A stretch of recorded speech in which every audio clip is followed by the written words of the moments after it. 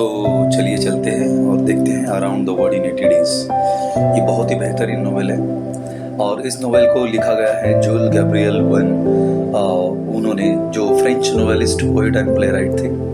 One wrote widely popular series of the adventure novels including journey to the centre of the earth. जो journey to the centre of the earth जो 1864 में उन्होंने लिखा था। 20,000 leagues under the सी ये लिखा था उन्होंने 1870। And around the world in 80 days ये लिखा था 1873। तो हमें around the world in 80 days इस नोवेल के बारे में देखना है। एक्चुअली वो लिखा गया है 1873।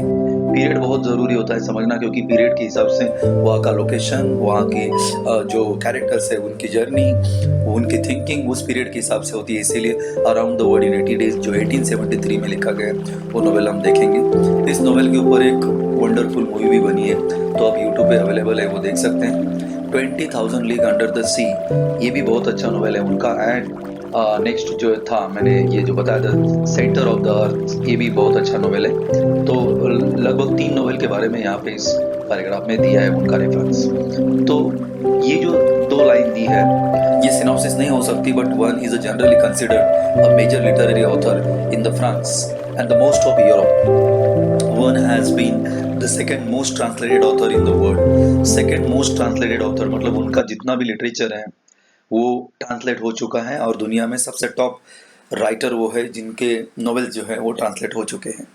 तो this the information actually given to us about him. Next one, जब हम देखते हैं इस नोवेल में, जब आप नोवेल पढ़ोगे तो आपको भूलना नहीं है, 5 बातें याद रखनी है। सबसे पहले नोवेल में कैरेक्टर्स होंगे, तो कैरेक्टर्स याद रखने हैं। दूसरा, नोवेल में क्या प्लॉट है, प्लॉट का मीनिंग होता है जिसे हम कहते हैं स्टोरी, तो स्टोरी क्या है नोवेल में। तीसरा जो है नोवेल का थीम, मतलब नोवेल में क्या मैसेज दिया है, तो वो भी हमें याद रखना है, theme of the novel. Next one, novel की सेटिंग क्या है, सेटिंग यानी कि लोकेशन, तो कौन कौन से लोकेशन दिए, लोकेशन के हिसाब से किस तरीके से कैरेक्टर चेंज हो रहे हैं, कैरेक्टर का जो बिहेवियर क्या रहा है, उनकी थिंकिंग क्या रही है, वो भी हमें देखना है। और नेक्स्ट वन उन्होंने सबसे लास्ट में दिया है वो है लैंग्वेज, यानी कि लैंग्वेज यानी डायलॉग्स। तो आपको ये 5 बातें याद रखनी है नोवेल अगर पढ़ना है तो सबसे पहले हर साल बोर्ड में क्वेश्चन आता है मेजर कैरेक्टर्स, जिसमें यहाँ पे दिया देखो Phileas Fogg, Passepartout, Aouda and detective Fix. तो ये 4 कैरेक्टर है जो मेजर कैरेक्टर हैं, बट इसमें फिलियस फॉग आपको भूलना नहीं है क्योंकि हर साल इसके ऊपर क्वेश्चन आता है। माइनर कैरेक्टर जो इस नोवेल में दिए है, तो माइनर कैरेक्टर की लिस्ट में मैं बताता हूँ कि कौन सा कैरेक्टर आपको पढ़ना चाहिए। और ये जो कैरेक्टर है सब ये नोवेल में दिए हैं, बट इसमें से हमें कुछ कैरेक्टर को ही फॉलो करना है या कुछ कैरेक्टर के बारे में ही इंफॉर्मेशन हमें कलेक्ट करनी है। सर फ्रांसिस क्रॉमर्टी ये जो है ये कैरेक्टर इतना ज़रूरी नहीं है। जॉन बुन्सबाई ये भी ज़रूरी नहीं है। रिफॉर्म क्लब मेंबर्स ये हमारे लिए बहुत ज़रूरी कैरेक्टर है, क्योंकि चैप्टर नंबर 36, 34, 35, 36 एंड 37 4 चैप्टर इस नोवेल के सिर्फ हमें पढ़ने हैं। ओके, 1 to 37 टोटल 37 चैप्टर्स इस नोवेल में है, पर 37 चैप्टर आपको पढ़ना नहीं है, सिर्फ चैप्टर 34 से स्टार्ट करेंगे। 34, 35, 36 एंड 37 इस 4 चैप्टर में क्या दिया है वी विल सी। द पासी गाइड ये भी ज़रूरी कैरेक्टर नहीं है। कॉर्नल स्टैम प्रोटेक ये भी नहीं है। मिस्टर कैमस्फील्ड ये भी नहीं है। मिसेस मैंडी बॉय ये कैरेक्टर जो है यहाँ पर मिस्टर मैंडी बॉय एक्चुअली ये कैरेक्टर रेफरेंस के लिए दिया है। एल्डर विलियम हिच ये भी कैरेक्टर इतना ज़रूरी नहीं है। Much and the captain speedy ये कुछ कैरेक्टर्स है जो माइनर कैरेक्टर पूरे नोवेल में इम्पैक्ट जो उनका रहा है, बट हमें सिर्फ याद रखना है फिलियस फॉग, पासपार्टू ये देखो पासपार्टू का स्पेलिंग याद रखना है। औदा हीरोइन है इस नोवेल की। और detective Fix actually play the villainess role, मतलब विलन कंसिडर कर सकते हैं, लेकिन बाद में फिलियस फॉग को हेल्प करता है, तो इसलिए हम पूरी तरह से उसको विलन भी नहीं कह सकते। तो now you can go and see the theme of the novel. Theme of the novel में डियर स्टूडेंट्स मैंने आपको बताया कि थीम का मीनिंग होता है मैसेज, तो याद रखना यहाँ पे थीम के आगे आप मैसेज लिख के रखो, क्योंकि क्या मैसेज दिया है स्टोरी में। जब आपको मैसेज पता चलेगा, स्टोरी पता चलेगी, तो स्टोरी में और मैसेज में दोनों में डिफरेंट होता है। डिफरेंस क्या है एक्चुअली, डिफरेंट नहीं, डिफरेंस क्या है, तो थीम मैसेज है और प्लॉट यानी स्टोरी है। चलो तो देखते हैं कि इसमें थीम क्या है। The novel is a full of adventure, ये एडवेंचर नोवेल है। रिमार्केबल थिंग्स यहाँ पे देखने को मिलेगी। एक्साइटमेंट है which the readers come across and enjoy from the beginning to the end. Beginning to the end मतलब शुरुआत से लेकर लास्ट तक आपको यहाँ पर एडवेंचर दिखाई देगा। एक्साइटमेंट जो है रीडर्स उसको पढ़ते हैं और उसके बाद में इंजॉय करते हैं। फिलियस फॉग जो हीरो है हमारा इस नोवेल का, Phileas Fogg the major character in the novel, main character है, मेजर कैरेक्टर है, एक्सेप्ट द चैलेंज, और वो चैलेंज एक्सेप्ट करते हैं, to go around the world in 80 days, मतलब पूरी दुनिया का चक्कर लगाना है, वो भी 80 दिनों में। तो हम देखते हैं कि किस तरीके से फिलियस फॉग ने 80 डेज में पूरी दुनिया का चक्कर लगाया या नहीं है, ये चैलेंज उसने उसके फ्रेंड से लिया था। देखो उसके बाद में दिया है इन अकम्पलिशिंग, अकम्पलिशिंग का मीनिंग होता है ग्रेटर सक्सेस, मतलब अचीव करना। This fit he goes through the various lands and meets the diverse adventure, अलग अलग लैंड पे वो जाते हैं, अलग अलग एडवेंचर वो करते हैं। And thus therefore the novel proceed at the fast pace, fast pace का मीनिंग एक स्पीड नोवेल में है। There is always some excitement bustling from the various encounters, and the beauty of the novel is that the writer takes the readers through the journey of many hair-raising incidents. You will find the hair-raising incidents, मतलब रोंगटे खड़े कर देने वाले जो अलग अलग experience है इस नोवेल में दिए हैं। And exciting adventure thrilling at a beautiful places around the world, और दुनिया के ब्यूटीफुल प्लेसेस हैं उसके बारे में भी यहाँ पे इस नोवेल में दिया है।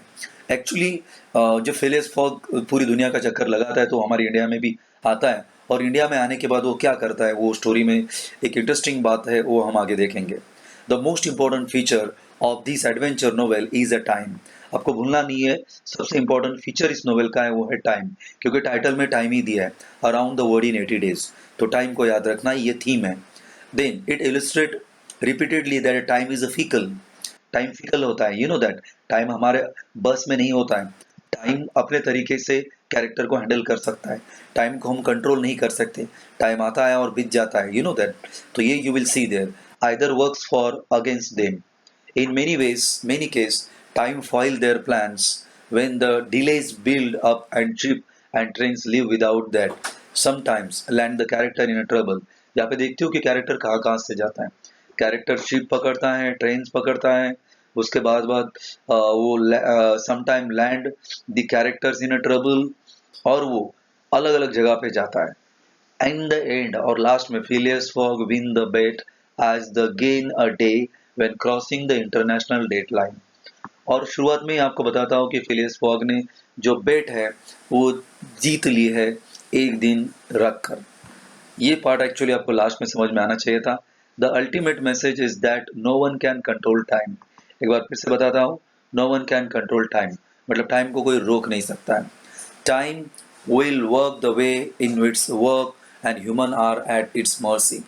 ह्यूमन मर्सी मतलब टाइम तो हमें सिर्फ दया दिखाता है, यू नो दैट टाइम किसी के हाथ में नहीं होता है, ये बात यहाँ पे बताइए। फिर आगे चल के अगर आप देखोगे before his journey around the world fog live a solitary life, पहले तो वो सॉलिटरी लाइफ जीते हैं, सॉलिटरी का मीनिंग होता है lonely, lonely life. He close himself up to the others and care little about the way he was perceive by the other people, वो अपने आप को एक कमरे में बंद कर लेता है और अपनी ज़िंदगी अपने हिसाब से जीना शुरू कर देता है।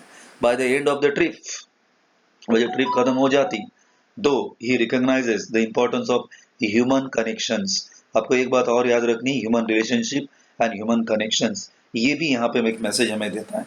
Both the form of love with the Aouda and friendship with the loyalty and with the Passepartout, मतलब फास्पाटू एक अच्छा दोस्त उसे मिल जाता है, और उसकी जो प्रेम कहानी औदा के साथ वो भी इस जर्नी में एक मज़ेदार हिस्सा है। तो ये भी हमें हम देख सकते हैं वहाँ पर। Above all, this new understanding and the appreciation is the greatest thing that he has gained from this trip. मतलब इस ट्रिप से उसे अगर कुछ मिला होगा तो वो सबसे पहली बात है कि friendship with the Passepartout and love with the Aouda. Human connections ये भी एक थीम है इस नोवेल का। Though he has the opportunity to double his fortune, but Fogg's motivation to embark on such a crazy adventure. Fogg तो निकला है crazy adventure के लिए जो उसके लिए बहुत ही डिफ़िकल्ट है, बट किस तरीके से वो एडवेंचर को पार करेगा या नहीं ये हमें देखना है। Has a little to do with the money, instead he wants to preserve his honour and prove his worth to the men of the Reform Club. यहाँ पर और एक थीम आपको पता चलेगा कि that whatever he is doing for honour, अपना सम्मान, बराबर जो रिस्पेक्ट होता है वो रिस्पेक्ट दिखाने के लिए, main of the Reform club को बताने के लिए वो इस ट्रिप पे निकला हुआ है। To show that he can do what he set out to do, वो ये दिखाना चाहता है कि जो उसने सेट किया है वो कर दिखाएगा। Fogg spent nearly all his money along the way and showing that riches are not what he is truly out for. Riches उसके लिए कुछ नहीं है, पैसा कुछ नहीं है उसके लिए। For Phileas Fogg honour is a more important then money. ये लास्ट लाइन बहुत ज़रूरी है अगर आप ये थीम में लिखते हो, honour is the most important then money. मतलब Phileas Fogg is not wandering for money only. जो बेट उन्होंने लगाई उसके साथ जो चैलेंज उसने लिया है, पैसों के लिए नहीं बल्कि ऑनर के लिए, रिस्पेक्ट के लिए। Throughout the entire trip, Fogg and his group encounter various obstacles. बहुत सारे obstacles है, difficulties है उसके लाइफ में। उसका जो ग्रुप है, मतलब 3 जने वहाँ पे, Phileas Fogg, Aouda and Passepartout, their way. These challenges allow them to use their quick thinking to come up with the innovative solutions. Innovative मतलब इनोवेटिव का मीनिंग होता है न्यू, बराबर। इनोवेटिव एक नई टेक्निक, सॉल्यूशन वो हर बार जब प्रॉब्लम में फंसते हैं तो निकाल देते हैं, most complicated of the problems, and relaying the message that no problem is unsolvable. एक और मैसेज मैं आपको बताऊंगा, no problem is unsolvable. My dear students, you will not forget 3 things that I totally told you. First one, time. Time is a fickle, time किसी के हाथ में नहीं है, ये पहली बात है। Second thing, honour is a more important than money. और next one, no problem is unsolvable. ये थीम है नोवेल के। It is not only Fogg who shows he is a clever wits. जो क्लेवर वीट जो होता है, talent वो नहीं दिखाता, but coming up with the solutions. Passepartout too shows he is a ingenuity. उसके जो स्किल्स है पासपार्टू के, वो भी यहाँ पे दिखाता है इन मल्टीपल सिचुएशंस। बहुत सारी डिफिकल्ट सिचुएशन में पासपार्टू भी अपनी इंजेन्युइनिटी को, स्किल्स को दिखाता है। और क्लेवर विट, विट का मीनिंग होता है यहाँ पर टैलेंट, यू नो दैट, जो फिलियस फॉग ने दिखाया है। तो ये था नोवेल ऑफ द स्टोरी। आपने देखा पहला जो हमने देखा था इंट्रोडक्शन ऑफ द राइटर, दूसरा हमने देखा मेजर कैरेक्टर्स, और तीसरा जो है थीम ऑफ द नोवेल। इसके बाद में हम जाएंगे आगे और देखते हैं plot of the novel. Let's come with me. तो चलिए देखते हैं प्लॉट का मीनिंग क्या है। एक्चुअली प्लॉट यानी कि स्टोरी होता है। तो around the world in 80 days, इसकी कहानी क्या है, स्टोरी क्या है। Begin at the Reform club in England. England में रिफॉर्म क्लब, इस जगह पे स्टोरी स्टार्ट होती है। और स्टोरी स्टार्ट होने के बाद फिलियस फॉग उनके दोस्तों के साथ बैठे हुए हैं। फिलियस फॉग अपने कहानी के हीरो है, ये मैंने पहले ही बताया आपको। तो Phileas Fogg, Thomas Flanagan, Samuel Fallentin, John Sullivan sitting by a fireplace reading newspaper. Fireplace के आजू बाजू में बैठे हुए हैं वो, और न्यूज़पेपर रीडिंग कर रहे हैं। We are introduced to Fogg, a very precise man who regularly goes to the reform club every evening. हमें और इंट्रोडक्शन मिलता है फिलियस फॉग का कि वो प्रिसाइज मैन है, बड़े अच्छे इंसान है, गुड इंसान है, पंक्चुअल है, very regularly goes to the Reform Club every evening. और हर शाम वो अपने दोस्तों को, दोस्तों के साथ बिताने के लिए वहां पे जाते हैं रिफॉर्म क्लब में। और एज यूजुअल आज वो आए हुए हैं। At the Reform Club, Fogg, Flanagan, Flanagan and Sullivan are talking about a recent bank robbery. और एक बैंक रॉबरी के बारे में उनका डिस्कशन चल रहा है, टॉकिंग चल रही है। This conversation leads to a wager. और ये कॉन्वर्सेशन डायरेक्टली एक बेट की तरफ जाता है। मतलब वो तो टॉकिंग बैंक रॉबरी के बारे में कर रहे थे, और बैंक रॉबरी का टॉकिंग करते करते डायरेक्टली वो बेट लगाते हैं। अब बेट किस बात की लगती है वो यहाँ पे देखिए।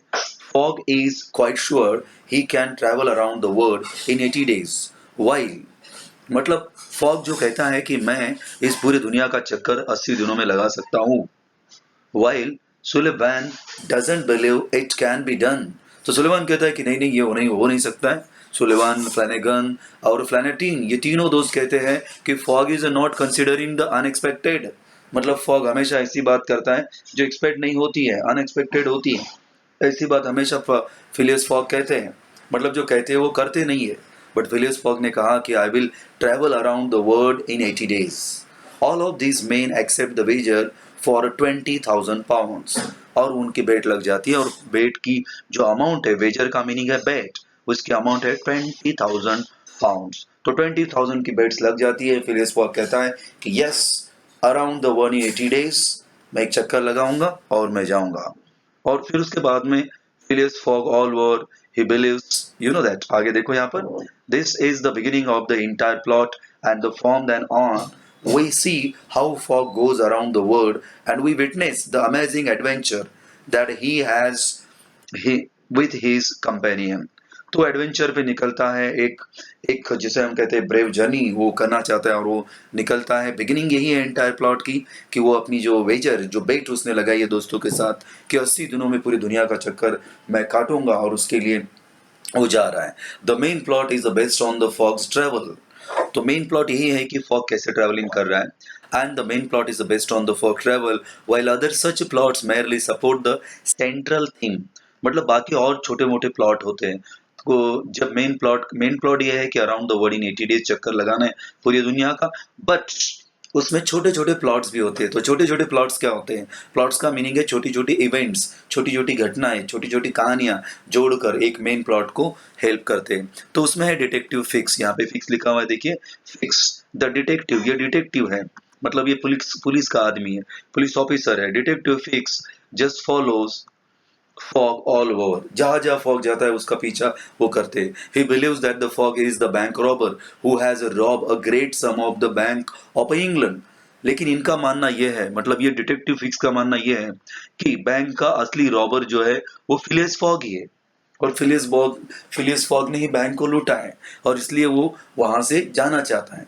He puts obstacle in the fogs path.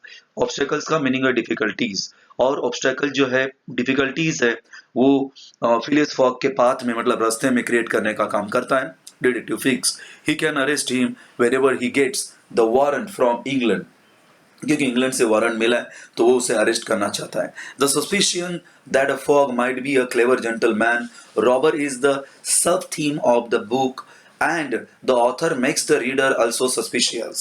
Suspicious का मीनिंग है कि हमें भी डाउट होता है रीडर्स को, जो हम रीडर पढ़ते हैं तो हमें लगता है कि शायद फिलियस फॉग हो सकता है bank robber, but actually bank robber वो नहीं है। Passepartout to wonder whether he's a master might be a robber, and though in his heart he has ample trust in Fogg's integrity. Fog की जो integrity है, मतलब fox के प्रति उसका जो जिसे हम बोलते हैं बिहेव है वो बहुत अच्छा है। उसे लगता है कि जो फॉग है उसके ट्रस्ट जो है फॉग के प्रति अच्छे है, लेकिन पासपार्टू को भी डाउट है कि may be fog bank robber तो नहीं है। तो ये एक सब प्लॉट है जिसके पीछे हम देखते हैं बैंक रॉबर की स्टोरी। और दूसरा जो मैंने बताया कि around the world in 80 days, वहां से कहानी जाती है। प्लॉट मूव्स, मतलब स्टोरी मूव होती है, अहेड जाती है। The Fogg striving through the various obstacles to reach London in a time, लेकिन वो लंदन एकदम टाइम में पहुंच जाते हैं, मतलब परफेक्ट टाइम में वो पहुंच जाते हैं 80 दिनों के बाद। ही गोज, तो वो कहाँ कहाँ से जाते हैं? He goes Brindisi, Suez Bombay now in Mumbai, Calcutta now Kolkata, Hong Kong, Yokohama, San Francisco, New York, finally Liverpool. ये जो सारी जगह का नाम दिया है कि यहाँ से वो जर्नी स्टार्ट की है और वहां से वो जाता है। फिक्स जो है detective fix arrest fog at a Liverpool, but एक सस्पेंस स्टोरी में ऐसा है कि यहाँ पर लिवरपूल में, मतलब फिलियस फॉग लंदन पहुंचने के पहले डिटेक्टिव फिक्स उसे अरेस्ट कर लेता है। And he is a delays Fogg is a bet, you know, और तो डिले हो जाता है फॉग को। He thinks that he has missed the deadline and hasn't reached the London in the time, and when in reality he reach a full day earlier. उसे लगता है कि मैंने मतलब मेरी जो ट्रेन है, डेडलाइन है, ट्रेन के साथ साथ डेडलाइन भी मिस कर दी और मैं ये बेट हार चुका हूँ। ऐसे फिलियस फॉग को लगता है। क्यों लगता है? क्योंकि डिटेक्टिव फिक्स ने उन्हें अरेस्ट किया बीच में।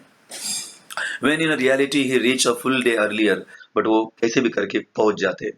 Thus Fogg wins the wager and in the course of his travel find himself a worthy, charming and beautiful wife too.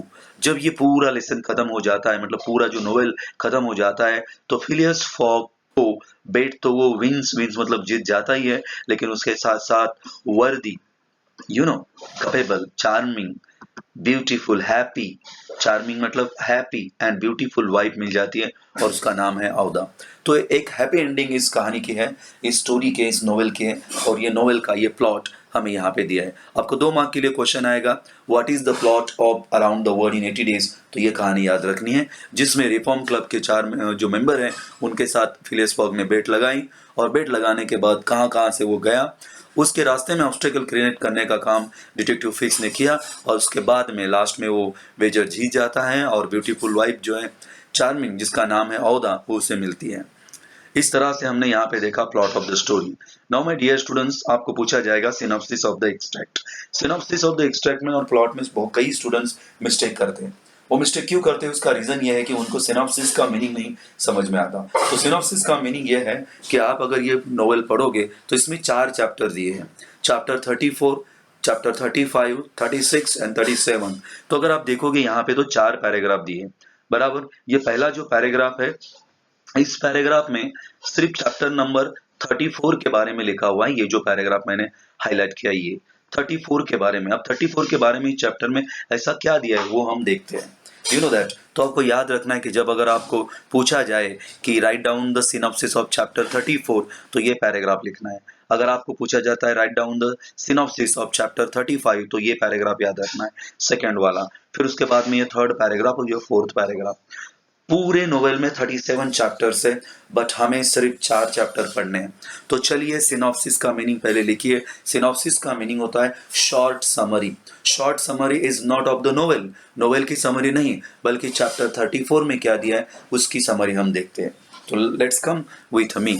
और आपको अंडरस्टैंडिंग के लिए फिर भी मैं यहाँ पे एक लिखता हूँ कि चैप्टर 34 इज गोइंग ऑन। तो आप भी आपके बुक में ये लिख के रखें कि चैप्टर 34 की समरी क्या है।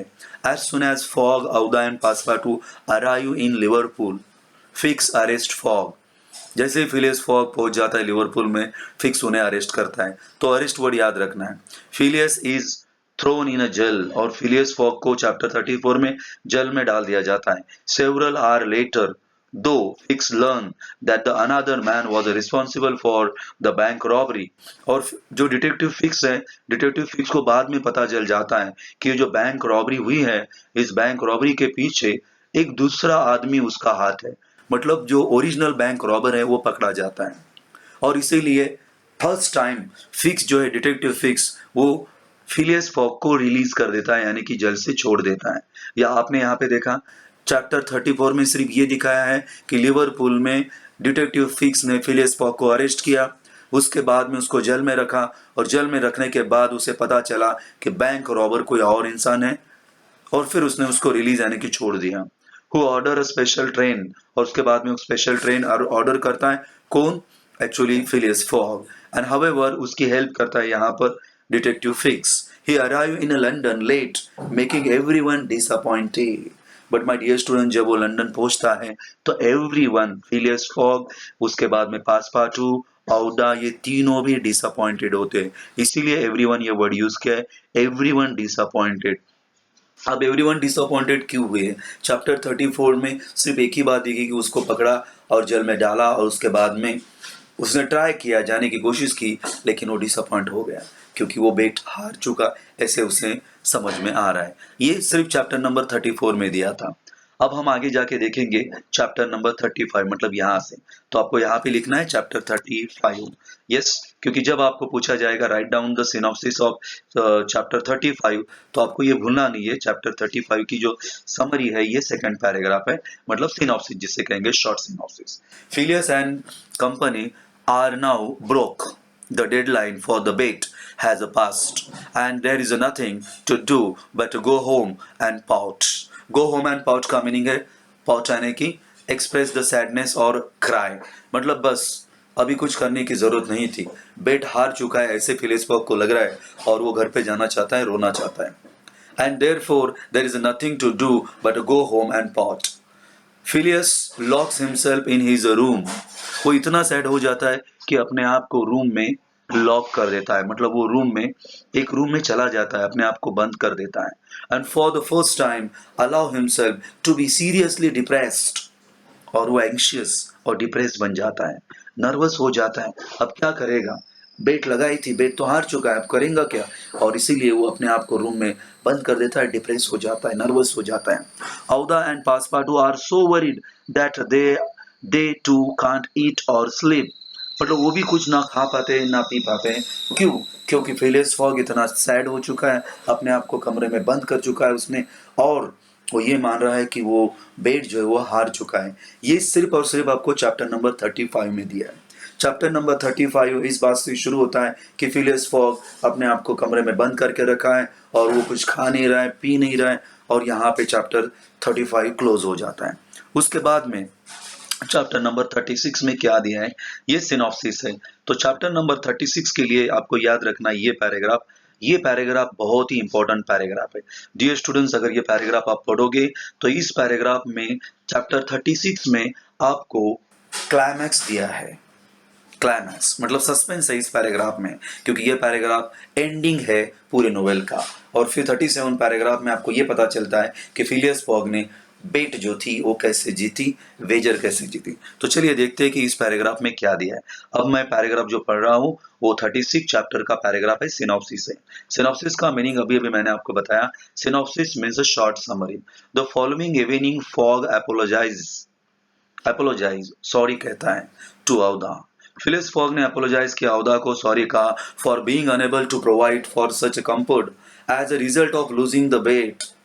और वो सोचता है कि मैंने लूजिंग द बेट मतलब मैं बेट हार चुका हूँ, और मैं औदा को तो इंडिया से लंदन यहाँ पर वो लेके आया, फिर उसका कंफर्ट का क्या, उसकी सिक्योरिटी का क्या, वो कहाँ रहेगी, क्योंकि उसने तो अपने आप को कमरे में बंद कर दिया।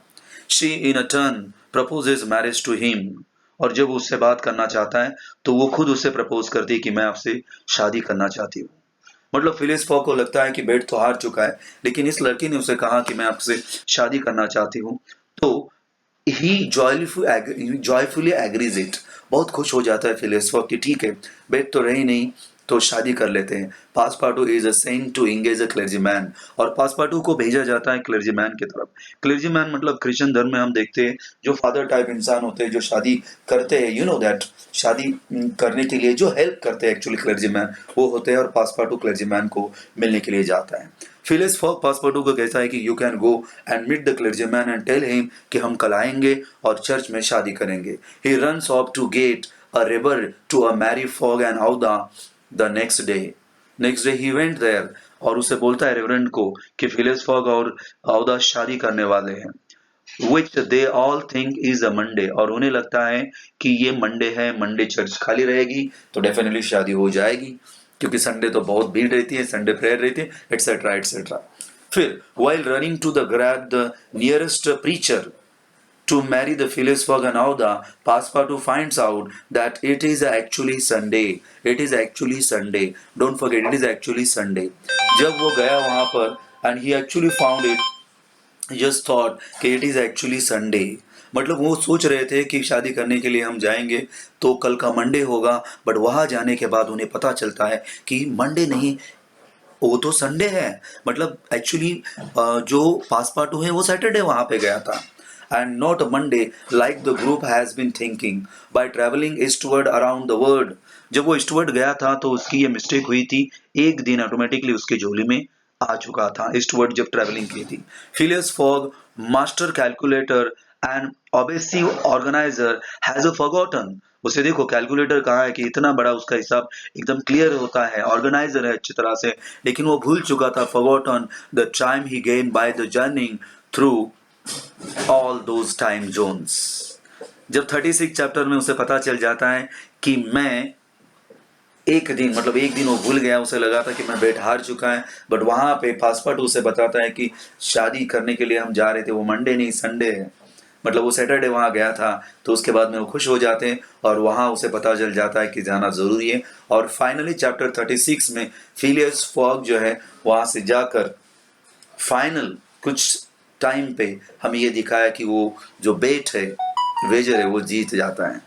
और इसी के साथ वहां पर चैप्टर 36 फिनिश हो जाता है। लेकिन वो जीता कैसे, उसकी शादी हुई कि नहीं हुई, ये सब कुछ चैप्टर 37 में दिया है। तो यहाँ पर मैं आपको लेके जाऊंगा और ये बताऊंगा, ये पैराग्राफ जो है वो हम पढ़ेंगे चैप्टर 37 की सिनॉप्सिस अगर लिखने के लिए कहते हैं तो you will not forget to write here something.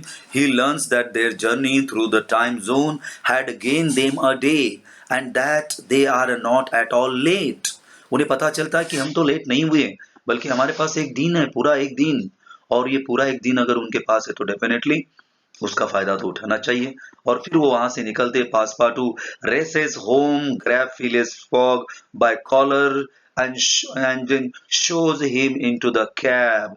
Phileas Fogg की कॉलर पकड़कर वो बोलते भाई चल जल्दी टाइम हो जाएगा, ग्रैब कैब।